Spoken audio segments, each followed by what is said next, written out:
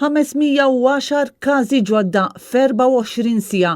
Ras għal ras għar mill-Italja, għar mir-Renju Unit, għar mill-Istati Uniti, għar mill-Brażil, għar mill-Ġermanja, għar minn Franza. L-aħħar numri huma ekwivalenti għal aktar minn 67,000 każ fir-Renju Unit li jitlieta fir-realtà irreġistra 6,000 każ. Jiġifieri pajjiżna kellu l-ekwivalenti ta' aktar minn 10 darbiet iċ-ċifri li kellhom l-Ingliżi.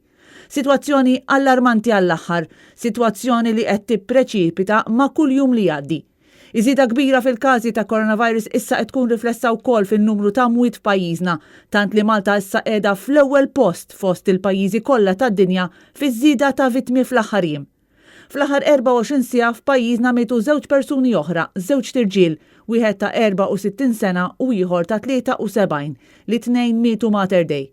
Bekk issa tela għal 337 il-numru ta' vittmi f'Malta u n-numru ta' każi attivi tela għal 3182.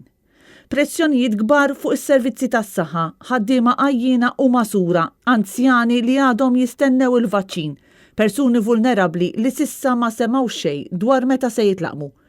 Ħaddiema fl-isptar Mater Dei li tkellmu ma' dan l-istazzjon qalu li l-laboratorju li fih jinħadmu t-testijiet tal-Covid jinsab fil-limitu tiegħu. Il-laboratorju sar żgħir wisq għax-xogħol li hemm u l-ħaddiema qed jaħdmu ħinijiet twal jinsabu għajjenin għalulna is-sorsi tagħna. Dan ikkonfermatu wkoll it-tabiba fil-qasam tas-saħħa pubblika Tanja Melillo f'intervent waqt il-programm NetLife. L-isptar, speċjalment l-ITU, qed ibatu għax iftakar daw in-nies l-ispeċjalisti li qed jaħdmu hemm bin-nurses u hekk ilhom għaddejjin sena. Dawn huma l-istess nies ilhom għaddejjin jaħdmu s-sena, ġifieri l-ITU trid taħdem 24/7. Ġifieri hemm lajja wkoll u l-ITU mimli bil-pazjenti.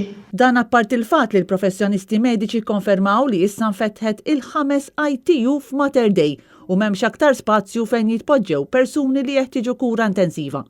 Bħalissa l-R factor f'pajjiżna jinsab fil-livell ta' 1.4 bil-biża' tkun li r-rata ta' trasmissjoni tista' tkompli tiżdied fil-jiem li ġejjin.